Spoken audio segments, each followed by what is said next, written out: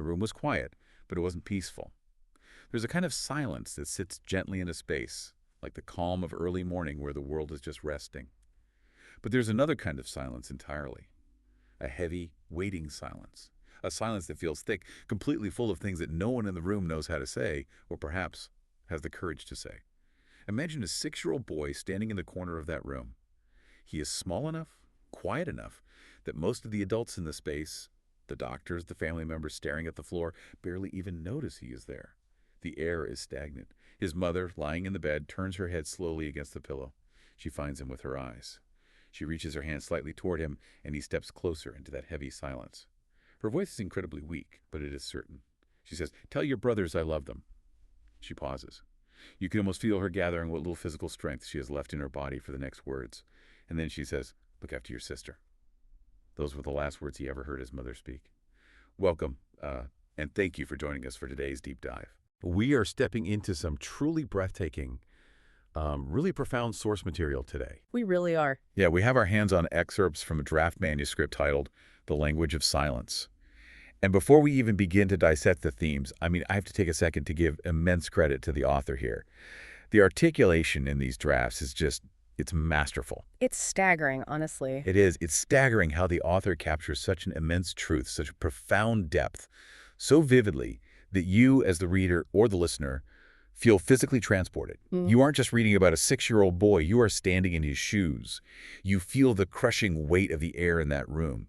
It's a very rare gift for a writer to distill the absolute heaviest, most devastating moments of human existence into language that feels this accessible, this cinematic, and yet so entirely grounded in reality. Right, the grounding is what makes it so impactful. Exactly.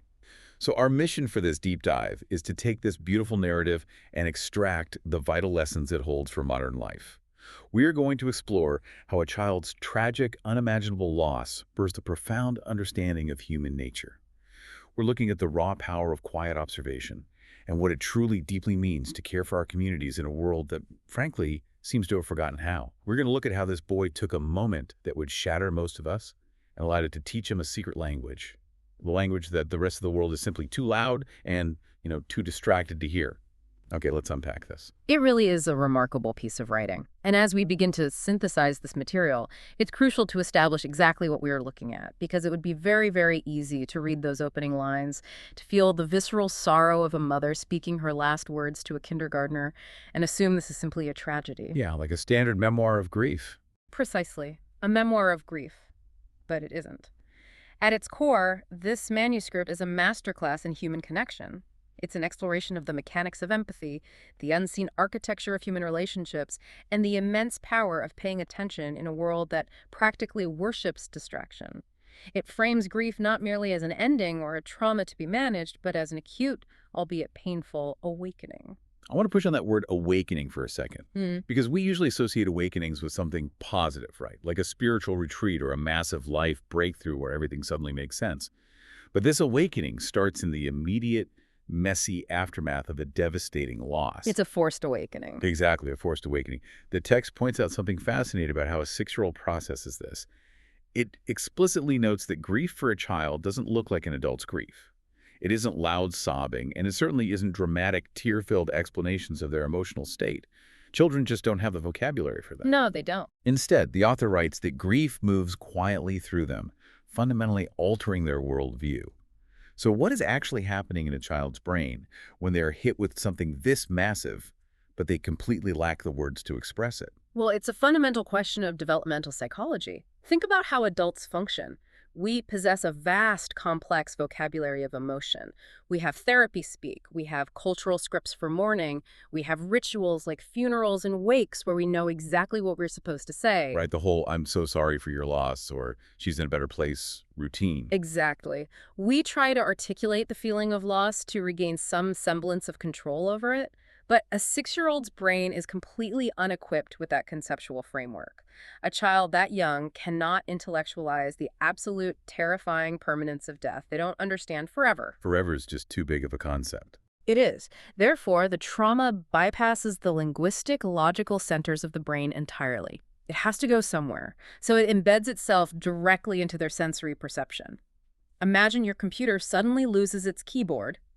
It still has to process data, so it ramps up the input from the webcam and the microphone. The boy's entire reality is suddenly altered, and his brain, seeking safety, becomes intensely hypervigilant. That makes so much sense. The webcam and microphone analogy is perfect. The text beautifully and tragically illustrates this by describing how the house itself felt different to him. It says, rooms that once felt warm now carried a strange emptiness. Conversations happened around him. Decisions were made. Life continued moving forward, but something important had shifted beneath it all. It's almost like the gravity in the house changed. The physical space holds the trauma. Yeah. But here's my question. Does this hypervigilance just make a child paranoid? If you can't understand what's happening and you're just constantly scanning the environment, isn't that just pure anxiety? It can certainly manifest as anxiety in many cases, but what this author describes is a profound shift from participation to observation. The child isn't necessarily paranoid, he is attuned. The adults around him likely believed they were shielding him. We do this all the time. Adults often believe children don't understand what is happening because the children aren't verbally expressing it. Right. We think, oh, he's quiet, he's playing with his blocks, he's totally fine. Exactly. But the boy is watching everything. He begins noticing the subtle, microscopic shifts in human behavior that the adults think they are successfully hiding. And the manuscript details exactly what he starts picking up on. He notices the way adult voices change pitch when they're actively trying to hide their sadness. He notices when people stop laughing the way they used to, that full chest-deep resonance, and replace it with a shallow, polite, throat-clearing kind of chuckle. The performative laugh. Yes, the performative laugh. He notices how sadness doesn't announce itself with a banner. It hides behind the mundanity of daily routines. It hides behind the aggressive washing of dishes, the meticulous folding of laundry, the quiet blank staring out of a kitchen window when they think no one is looking. And this is where the survival mechanism of a traumatized child transforms into an extraordinary sociological skill. Right. What he is doing is mapping the discrepancy between what adults do and what adults say. That discrepancy is everywhere. We've all been in situations where we try to mask our feelings, especially around kids, thinking we are doing them a huge favor. We think we're protecting them. We do. But this boy is essentially developing a superpower born directly from trauma. While other children in his position might act out or break things or try desperately to be heard by yelling or crying, this boy learned to listen. He realized something at age 6 that honestly takes most people an entire lifetime to figure out. We are taught that communication is entirely about speaking. But he discovered that communication is mostly about observing. What's fascinating here is the specific realization he comes to regarding silence itself. The text explicitly states, silence was never empty to him. Silence was information. Silence was information. If we pause and really consider the magnitude of that psychological shift, it completely inverts how we view social interaction. For most people, silence is a void. It is an awkward absence of data. Think about being in an elevator with a neighbor or on a first date. 10 seconds of silence feels agonizing, so we immediately start babbling about the weather or traffic just to fill the void. Anything to stop the quiet. Right. We are conditioned to eradicate silence because it makes us profoundly uncomfortable. But this child realizes that the adult world is overflowing with uncomfortable truths that live entirely within those quiet gaps. So he's reading the negative space, like a painter looking at the shadows instead of the light. Precisely. When an adult avoids answering a direct question and looks away, that silence is a massive piece of data. When a room suddenly goes dead quiet after a certain family member's name is mentioned, that silence is a heavy, screaming truth about a fractured relationship. He learned very quickly that what people actively choose not to say is often far more revealing and far more honest than the carefully constructed, polite sentences they offer to the world. I love how you phrase that the silence is a heavy, screaming truth. It sets the stage for everything this boy becomes. But before he grows up, before he takes this observational superpower out into the wild, he has an anchor. He has the words his mother left him in that room. And this brings us to what I think is the most breathtaking, resonant part of the entire manuscript, the concept of the village. It's the philosophical core of the piece. It really is. We're doing something a little different here. For everyone listening right now, wherever you are, I want you to just let your mind absorb these next few sentences. I'm going to read this passage exactly as the mother left it, with the deliberate, heavy pacing it deserves. Think of this not just as a dying wish, but as an absolute mandate for how to construct a meaningful life. Here's what she said. The village is your past, your present, and your future. Keep it clean. Keep it honest. Keep it loving. Keep it caring. Keep it prayerful. Be intentional. The gravity of those words, delivered to a 6-year-old child by a mother who knows with absolute certainty she is leaving him, cannot be overstated. It is a comprehensive philosophy of human existence compressed into a handful of breathless sentences. Compressed is the perfect word. And the manuscript points out something so relatable and innocent. At 6 years old, the boy took her words completely literally. He thought she was talking about a physical place, a town, a literal village with houses and dirt roads and a bakery. Of course he did. He's 6. Right. But years later, as his understanding of the world matures, he realizes the profound metaphor she was giving him. She meant people. The village isn't a zip code. The village is the network of human connections you build, inherit, and maintain throughout your life. The village is everywhere you go. And that means her mandate, keep it clean, keep it honest, be intentional, is actually a strict set of instructions for how to navigate relationships. So let's tear this down and really look at the lessons from modern life here, because I think we get this wrong all the time. Let's start with the first two. Keep it clean, keep it honest. How on earth do we apply that to our messy modern village? To keep a village clean in the context of human relationships is a remarkable and frankly difficult directive. We tend to think of cleanliness purely as physical hygiene or organization. But in the sociological sense of relationships, a clean village means an environment free of hidden rot. Hidden rot. Yes. It means refusing to harbor quiet resentments. It means actively avoiding the pollution of gossip, which is something so many communities unfortunately bond over. It means ensuring that your interactions are not tainted by manipulation, transactional expectations, or ulterior motives. In the modern era, where our village extends far beyond our physical neighbors into massive, sprawling digital spaces, keeping it clean is harder than it has ever been in human history. We are constantly exposed to the digital pollution of algorithmic outrage, performative comparison, and systemic negativity. Right, let me stop you there, because when I hear keep it clean, my modern brain immediately thinks of canceling people or cutting them off entirely. If we aggressively filter out anyone who brings negativity or messiness into our village, don't we risk creating a sterile echo chamber? How does the author, or how do we, balance keeping it clean with actually being there for people who are struggling and might be, frankly, very messy? That is a phenomenal distinction to make, and it ties directly into the very next instruction, keep it honest. Keeping the village clean does not mean surrounding yourself only with perfect, happy people who agree with you. That isn't a village, that's a cult. A cult, exactly. A clean village is one where the interactions are clean. If someone is struggling, if someone is messy, you don't cut them out to keep things tidy. You address it with honesty. Honesty isn't just about not telling lies. It is about radical authenticity. It is about presenting your true self to your village and demanding the same vulnerability in return. It means having the immense courage to say the uncomfortable truths out loud, to address the heavy silences before they rot the foundation of the community. If a friend is acting out of malice, keeping it clean means confronting that malice honestly, rather than gossiping about it behind their back. That is such a crucial reframing. It's about the integrity of the connection, not the perfection of the people. Refusing to let resentment fester in the dark. And then she moves to keep it loving, keep it caring, which I have to admit sounds a little simple on the surface, almost like a cliche you'd see embroidered on a pillow. It does sound simple. But when you pair it with her final defining instruction, be intentional, it completely changes the weight of those words. Love and care aren't just passive feelings you have for your friends. They are active, daily choices. If we connect this to the bigger picture, we have to look directly at what is arguably the defining crisis of our modern age, the epidemic of loneliness. We are, by every statistical measure, the most technologically connected society in the history of the human race. Yet, study after sociological study shows we are experiencing unprecedented, devastating levels of isolation. People feel entirely alone. It's a paradox. It is a massive paradox. And why?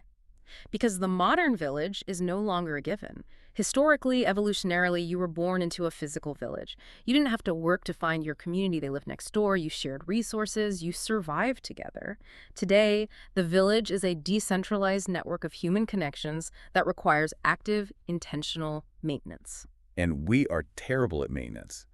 We think because we watch someone's Instagram story, we are maintaining a relationship. Precisely. When you are passively scrolling through a feed, double-tapping a photo, or sending a quick fire emoji in response to a life event, you are not being intentional. You are engaging in the illusion of connection. You are not keeping the village loving or caring. You are just acknowledging its existence from a safe distance. A safe, comfortable distance. Yes, being intentional means picking up the phone and calling to hear their voice. It means showing up physically when someone is hurting, even when it's inconvenient. It means actively recognizing that your community is a living organism, a garden that will absolutely wither and die if you do not purposefully, intentionally water it. And what about keep it prayerful? Because that word carries a lot of baggage for some people today. Does it strictly mean religious prayer? In the context of this manuscript and modern application, it goes beyond organized religion. To keep it prayerful is to hold your village in a state of deep reflection and reverence. It means thinking about the people in your life when they aren't in the room. It's wishing them well, sending them good energy, or simply taking a quiet moment to be grateful for their existence. It's the opposite of taking people for granted. The passive, scrolling-focused apathy of modern life is the exact polar opposite of what his dying mother was telling him to do. She told him to be intentional. And you could see how this heavy philosophical instruction combined with his trauma-induced hypervigilance begins to mold this kid. He knows he has to take care of the village, and he knows the village is made of people, and he knows he has to watch them closely. He takes the mandate very seriously. He has to. But what happens when that quiet, intensely observant kid is suddenly dropped into the absolute sensory overload of the wider world? Specifically, when he starts school. This is where he realizes just how different his approach to people actually is. The transition into the school environment is a pivotal, almost jarring moment in his development. A school, particularly an elementary or middle school, is the ultimate microcosm of unbridled human chaos. The text beautifully describes how other children naturally fill rooms with noise. They use quick speech, they shout over each other, there's constant, frantic physical movement. It's sensory overload. Completely. Most children are entirely comfortable, even thrive inside the loud, chaotic business of growing up. But the boy feels a stark, immediate contrast. He feels the acute sting of difference. Right, because while everyone else in that classroom is broadcasting at maximum volume, he is essentially a satellite dish. He is purely receiving. While the other kids are talking and reacting to every tiny little stimulus, a dropped pencil, a joke, a bird outside, he is sitting still, watching and noticing the patterns. And the tragic irony here, which the text highlights so well, is how society, represented by his teachers and his classmates, completely misinterprets his behavior. They get it entirely wrong. They really do.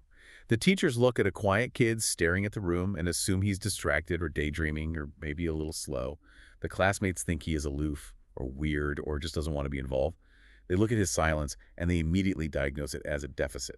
It is a profound critique of how modern Western society fundamentally values extraversion over introspection. We have built a culture that assumes the loudest person in the room is the most engaged, the most intelligent, and the most valuable. We assume the quietest person is disengaged or has nothing to offer. But the boy is learning a secret that they are all completely oblivious to words only tell half the story. Often, they tell the least important half. Exactly. The real story, the truth of the human condition, lives in the very things everyone else is ignoring because they are too busy talking. Yeah. It lives in behavior, in posture, in the subtle shifts in atmospheric energy when a specific person enters or leaves a room. The manuscript notes something incredibly poetic here. It says, pain spoke, love spoke, fear spoke, hope spoke, even silence spoke. But most people were simply making too much noise to hear any of it. Here's where it gets really interesting, this idea of a second language. We aren't talking about learning Spanish or French. We are talking about a subconscious language built entirely from microexpressions, tones, the length of a pause before someone answers a question, and the unspoken feelings radiating off a person. And the author provides this incredible visceral case study that perfectly illustrates this second language in action. It's a chapter called The Room. I want to dive really deep into this specific anecdote, because even though this boy has a heightened sense for it, it is a scenario every single listener has likely sat through, probably without ever fully realizing what was happening right in front of them. Can you walk us through what the boy actually notices in that room? The anecdote of the room is a masterful distillation of everything the boy has learned up to this point. The setting is intentionally ordinary. It's a group of people, adults, sitting around a table having a casual, mundane conversation. Maybe it's a dinner party or a holiday gathering. Nothing dramatic is happening. There's no argument, no overt tension. The conversation is flowing naturally. Just a normal Tuesday night kind of vibe. Exactly, but the boy, who is quietly practicing his second language, feels a distinct shift in the room's energy. He hones in on one specific person at the table. This person is smiling. In fact, they are actively laughing at the jokes. They are participating fully in the broadcast. To the untrained eye, to the loud, distracted adult sitting right next to them, this person is perfectly fine. Happy, even. Thriving. But the boy isn't looking at their mouth. He notices their eyes. And the eyes do not match the smile. Not even a little bit. No. Yeah. There's something incredibly heavy, incredibly dark, and exhausted in their eyes. The smile is a mechanical performance, but the eyes are screaming for help. And the craziest part is, the conversation just keeps flowing. Someone passes the potatoes, another joke is told, everyone laughs. Yeah. Every single other person at that table completely misses the discrepancy. And why do they miss it?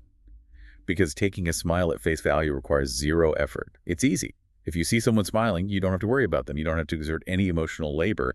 Yeah. So the adults subconsciously accept the performance because it's convenient. Convenience is the enemy of empathy here. It really is. But the boy, who doesn't operate on convenience, keeps watching. He sees the cracks. And then the text reveals the aftermath.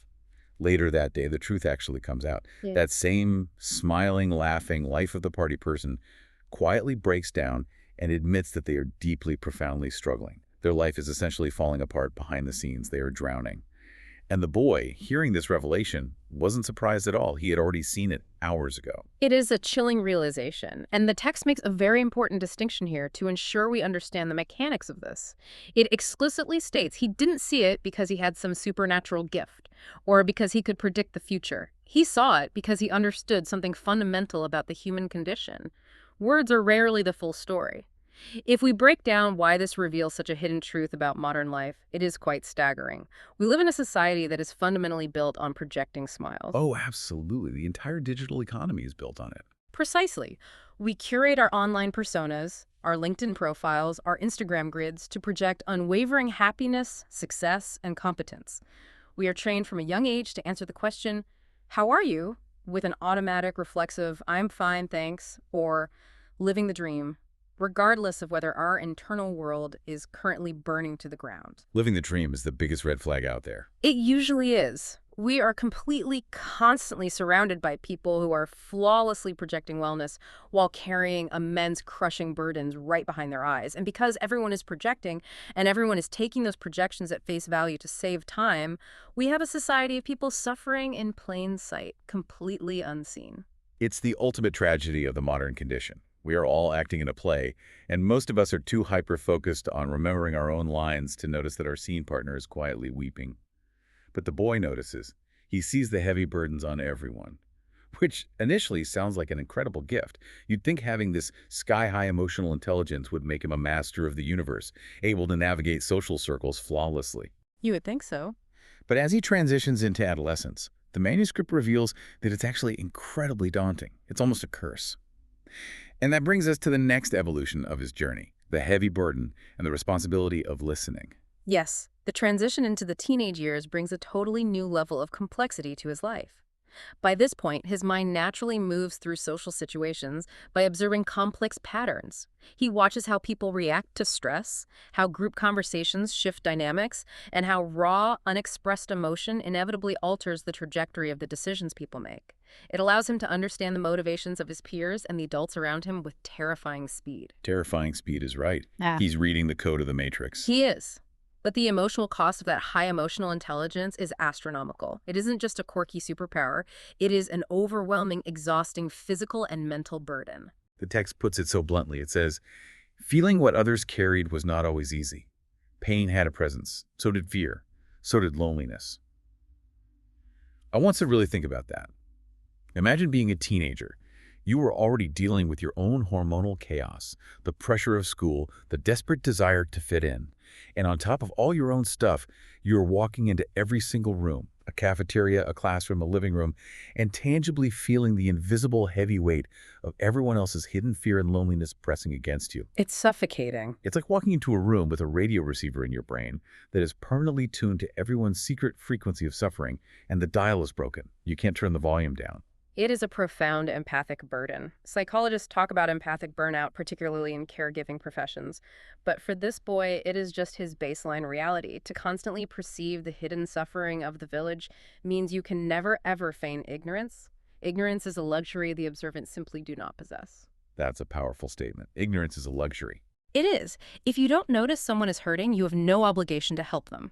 But if you see it, clearly and undeniably, you are implicated. But isn't that putting an insane amount of pressure on a teenager? Why doesn't he just shut down, become cynical, and ignore it all to protect his own sanity? I mean, plenty of teenagers become cynical without carrying half that emotional weight. He could have. Many people do shut down. But he grounds himself by returning to that anchor, his mother's final lesson. Take care of the village, keep it loving, be intentional.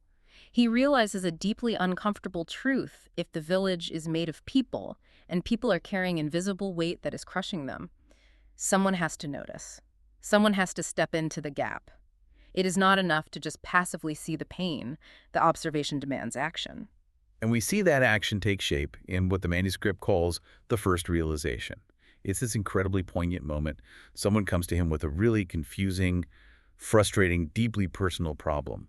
And let's think about what most of us do in that exact situation. We try to fix it. We do. When a friend comes to us with a problem, our ego immediately, almost aggressively kicks in. We want to be the hero. We want to fix it. We want to offer brilliant, life-changing advice, or we interrupt to share our own supposedly similar experience to prove we relate, and we try to solve their life like it's a math puzzle. But the boy doesn't do any of that. He resists the urge to fix. Instead, he simply listens. He holds space. He lets them speak for a long, long time, allowing them to unpack their confusion, their messy frustration, their contradictory feelings. And when they finally finish, exhausted from talking, he doesn't dispense Yoda-like wisdom. No grand speeches. None. He just makes a simple, quiet observation about what he noticed in the cadence and the subtext of their own story. He reflects their own truth back to them, a truth they hadn't even realized themselves because they were standing too close to the chaos of their own lives to see the pattern. And the person is absolutely stunned. They look at him and ask, "How did you know that?" How did you know that? It's such a powerful, simple question, and his internal reaction to that question is so profound. He realizes he didn't predict anything. He didn't use some mystical psychic power or read their mind. He simply listened, really, truly, intensely listened, without preparing his own response. And the realization that strikes him in that moment is actually heartbreaking. Yeah. He realizes that this basic, fundamental act of deep listening is something that almost everyone else in the world struggles to do. It is a devastating indictment of our normal modes of interaction. True, agendaless listening is incredibly rare. Most people, as Stephen Covey famously noted, do not listen with the intent to understand. They listen with the intent to reply. Always waiting for their turn to speak. They are simply waiting for the other person to stop making noise so they can take their turn on the stage. The boy's realization transforms his observational ability from a passive personal trait into a profound moral responsibility. If the ability to truly understand people is rare, then those who possess it are obligated to use it for the benefit of the village. They must become the pressure valve for the community's unspoken pain. This realization completely redefines his understanding of his own future. Let's talk about that future, because the manuscript ends this section with an incredible sweeping reflection on how the adult world tries to manage the future. It contrasts the boy's organic, empathy-driven worldview with the rigid, numerical, control-obsessed frameworks of modern society. It talks about how business leaders try to predict the future through massive data sets, how economists study market trends to eliminate risk, and how accountants build massive, complex systems to manage uncertainty. It highlights what we might call the ultimate fallacy of the modern adult world, the arrogant belief that the future can be controlled, managed, or predicted if we just have enough data. The text explicitly states, no one truly knew the future. The best anyone could do was understand the language of the present. Think about what we do as a society. We build these massive, complex structures, intricate economic models, risk management algorithms, 5-year corporate strategic plans, all designed to create an illusion of certainty. We try desperately to insulate ourselves from the chaotic, unpredictable nature of human existence. But as the boy knows better than anyone, life can change in a single devastating moment in a quiet room. Exactly. His mother's death at age 6 taught him that the future is never fixed. It cannot be modeled on a spreadsheet. It is a terrifying field of endless branching possibilities where every single human decision, driven by messy human emotion, opens one path and closes 1,000 others. The systems built by the accountants and the economists are fundamentally fragile because they ignore the human element, they ignore the second language. You can't put a micro-expression into an algorithm. You cannot. If you cannot read the present, if you cannot see the fear, the unexpressed hope, the unseen, irrational motivations driving the people in the room with you right now, your mathematical predictions for the future are entirely worthless. The highest form of wisdom, he realizes, is not prediction. It is absolute, unblinking presence. Absolute unblinking presence. Just bearing witness to what is actually happening in front of you. That gives me chills. He steps into his manhood knowing that the future is wildly unpredictable, but his role within it is absolutely certain. He's the listener of the village. And the manuscript leaves us on this incredible precipice, promising that life is going to take this quiet skill and test it in ways he cannot possibly imagine as he enters adulthood. It's a cliffhanger of the soul. Truly. So what does this all mean for us, for you, listening right now? Let's take a step back and look at the whole arc of this journey. We started in a quiet, heavy room with a 6-year-old boy experiencing the ultimate tragedy, the loss of his mother and the sudden, jarring shift of his entire reality. We watched him take the unimaginable weight of that grief, and instead of letting it destroy him or harden him into anger, he let it teach him. He learned that silence is not an empty void to be feared. It is a rich, complex tapestry of information. He took his mother's dying wish to care for the village, to keep it clean, honest, loving, caring, prayerful, and intentional, and realized that the village is everywhere. The village isn't just your family. It is your coworkers, your neighbors, the people you pass on the street. It is the human network. Yes. We saw him learn the second language of life, decoding the posture, the pauses, and the heavy eyes hiding behind polite, practiced smiles. And finally, we saw him embrace the exhausting, beautiful burden of being the one who truly listens in a world that absolutely refuses to stop talking. It is a powerful, almost confrontational call to action for every single one of us. It asks you to look in the mirror and reflect on how you are showing up in your own village. Are you just hearing the words people say, accepting the easy, I'm fine, or are you looking for the hidden truths?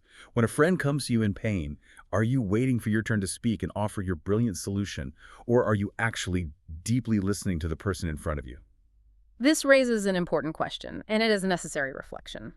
The text forces us to confront our own complicity in the superficiality of modern interactions.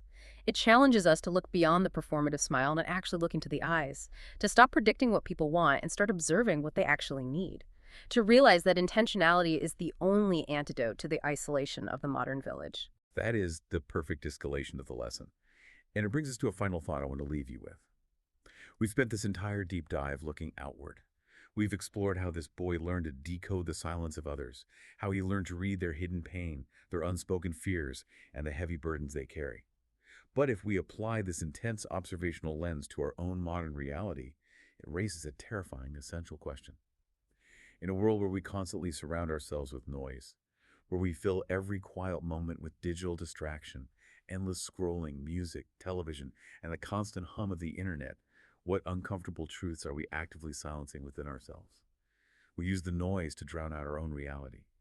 So if you finally stop talking, if you finally put down the phone, turned off the screen, and stop distracting yourself from your own life, what would your own silence say to you? Thank you so much for joining us for this deep dive. Take care of your village, be intentional, and take care of yourselves.